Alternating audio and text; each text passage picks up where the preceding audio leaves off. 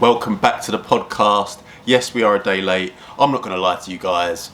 I've had barley belly for the last 4 days. Is it 4 days? So me interacting has just not been high on my priority list. A lot of my attention has been, am I close enough to the toilet? So now that's out of the way. Now we're not holding anything back.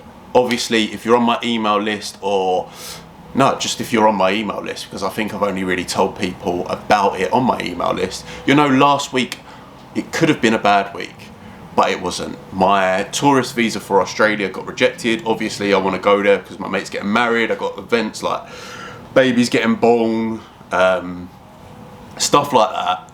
And it really was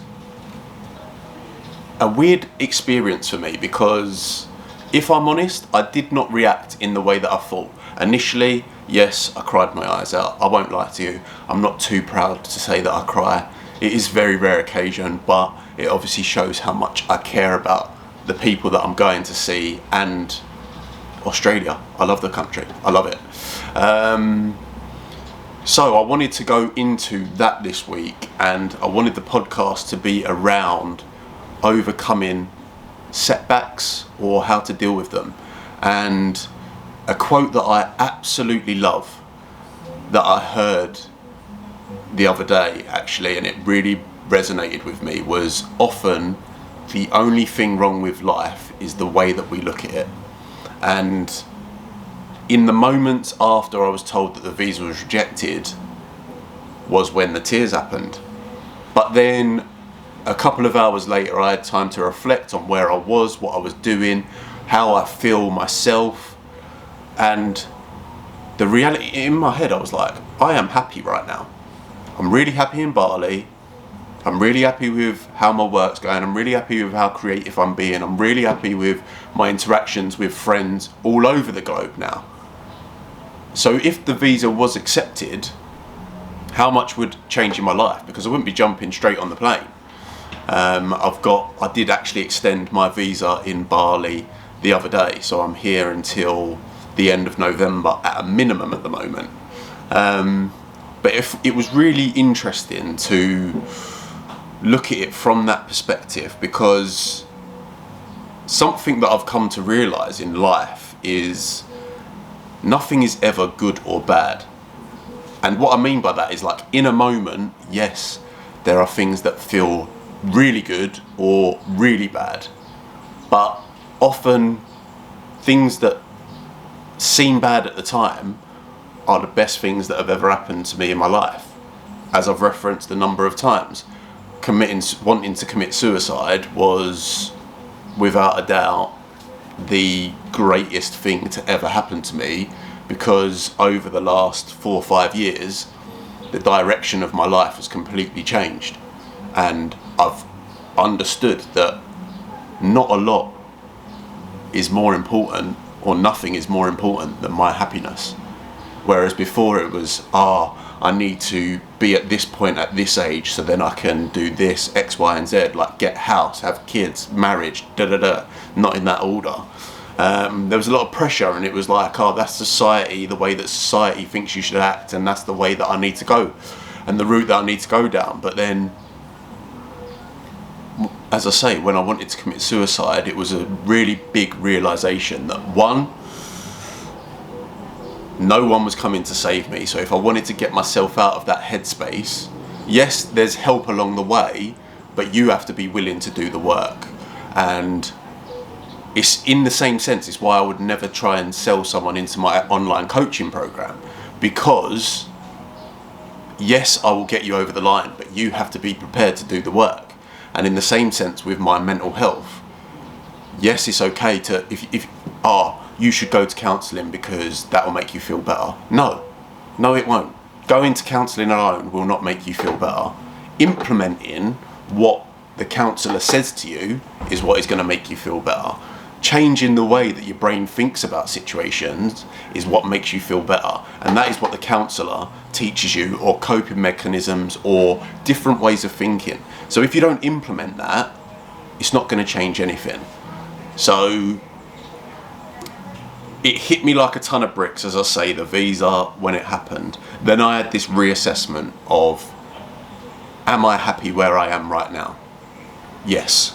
Okay, so the reality is there's not a lot of point in me, sorry, there's a fly on the thing.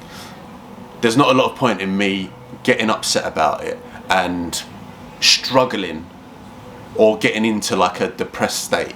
Which, don't get me wrong, if I wasn't in Bali, I honestly believe, if I was in the UK still, and I said this to my mum, I was like, I would be absolutely broken at this point. Because obviously, like, some of the best friends that I've made over the last 4 years, I haven't seen now for 7 months. And that's hard. That is hard. Like, I do want to see my mates. I do want to get a sunrise in at Bondi. So it is difficult, but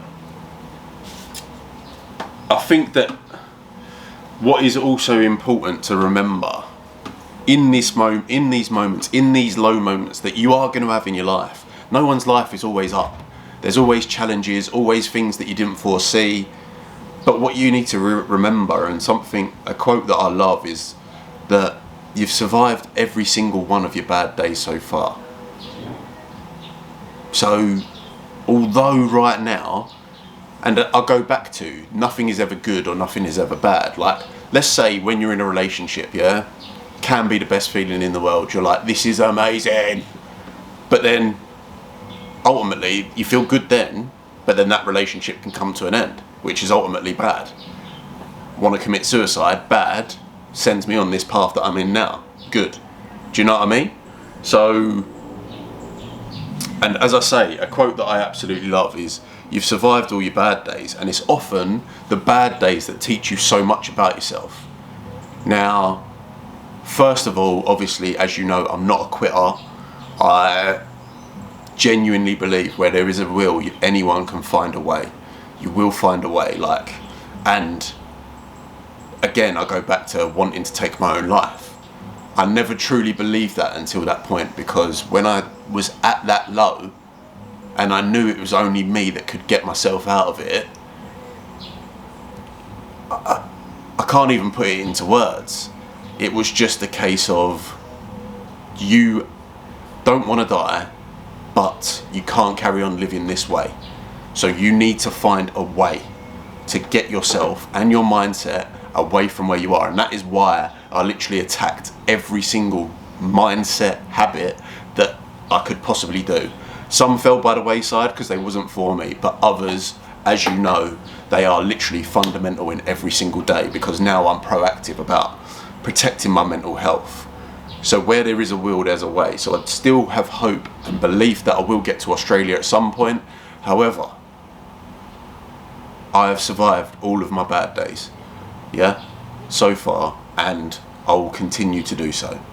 So the mentality that you need to adopt in situations, I'm not saying throw away emotion. Emotion is so important, and it is important to feel everything, because otherwise then things do not feel special. Yeah, if you didn't feel emotion, you wouldn't understand how much certain things meant to you in your life. But you need to also understand that even if it doesn't go the way that you want it to go right now, you're going to be put onto another path, or it is sort of, I don't want to get hippie on you, but it's the universe telling you, hold on a minute, this is not your time, but it will come. So I'm very surprised, if I'm honest, and it shows because of where my mental health was when I was back in the UK. As I say, I'm not saying that I was in a bad place, but it just wasn't the levels that I feel that I'm usually at. So when I came here, obviously got the news, I'd been here for maybe 3-4 weeks. I thought, shit, this is, honestly, when I was getting really upset, I was like, this is really going to rock me. But then the way that my mind just changed the negative to understand, right, what's going on in the present, that's all good, yeah? What's going on in the future, I'm gonna make it happen, because as I say, where there's a will, there's a way. So right now, what can I do to get myself to there, and why am I getting upset? Yeah, because I believe, I had a conversation with my mum, as I say, and she said, oh, everyone should feel sorry for themselves. And for me, I just think that's a waste of time. I think feeling sorry for yourself is a waste of time. In a moment, yes, because look, no, you're all human, we're all human. No one's a robot. You're not going to get bad news and be like, yes, this is amazing. Obviously not. But if you feel sorry for yourself because you get bad news, then you're going to stay in the bad news for longer, if that makes sense. So it's going to feel like you're turning a molehill into a mountain, yeah? Where the bad news, okay, in isolation, yeah, that is shit. But what does that mean? What can I do to change my situation, to move forward? And often when you when you stay in these feeling sorry for yourself states, or you feel like giving up or whatever, what do you honestly expect will come from that? Yeah? Like, the fundamental saying in life that everyone should use is, it is what it is. It is what it is. There's nothing you can do to change that bit of bad news. All you can do is impact the way that you react to it. So when you get bad news, yes, process it, understand it, feel the emotion, but then don't sit in it, because you're going to amplify it, make it 1,000 times worse than it genuinely is, and you're going to struggle to overcome it. Whereas, even for me, if I look at, I'm not somebody that will get into a relationship unless I see longevity in it.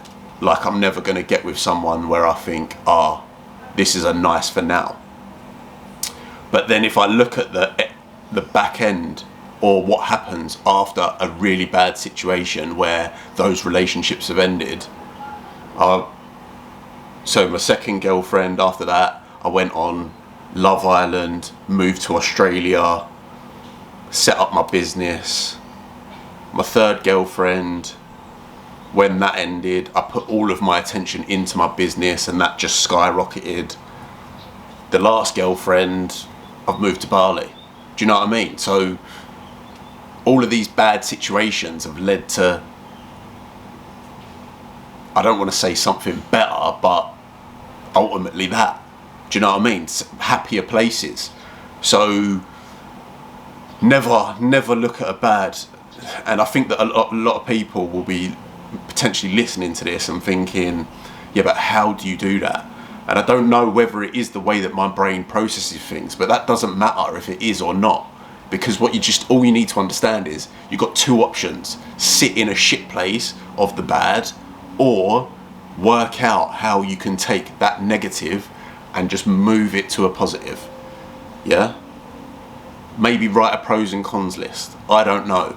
But I just think, for me, in this episode, I wanted to say how I get over bad news. Because I'd love to be sitting here right now saying my visa's got accepted, I can't wait to go and see my mates in a month, and so on. And then next year I'll reevaluate where I'm going to be on the planet. But that's not the case. But that is also okay.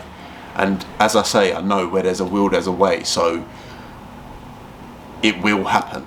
And now, I hope you can tell, apart from the barley belly, I do feel happy. I just feel I had like a few hours where I was like, bleh.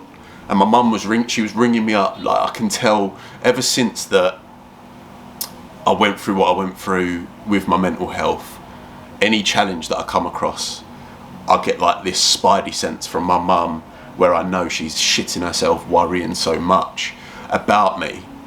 And that's probably because through the time that I've been getting better, or I say getting better, from the time that I've been putting the work into my mental health, not getting better, it doesn't happen on its own. From the time that I've been putting into my mental health, my mum's probably spent 7 months with me out of 4 years. So I understand why she gets a bit nervous and why she's on edge, because she's thinking, oh, will this set him off? But she spoke to me a couple of days later and she was like, oh, you just seem like back to your normal, positive, happy self. So that was the best compliment I could have, really. And that is the truth. It's not a facade. It's just, what is it going to get me? What will crying for days on end, what will sitting and feeling sorry for myself for days on end get me? It's not going to work towards the end goal that I want to achieve, and it's going to detract from what I'm doing here right now in Bali, enjoying myself. So if you get bad news, I'm not saying dismiss it. Definitely don't do that. Process it, but also understand, one, how much does that affect your current life? Two, what can you do to move forward? And three, I don't really know if there is a three. I'd say three is, how can you find happiness now? Because ultimately, again, yes, we're going with the cliche sayings a lot in this podcast, but happiness is always where you are. It's never in the future or in a different place or with a different person or with a person.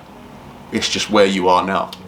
And you have to construct that, and you have to be the person that builds that happiness.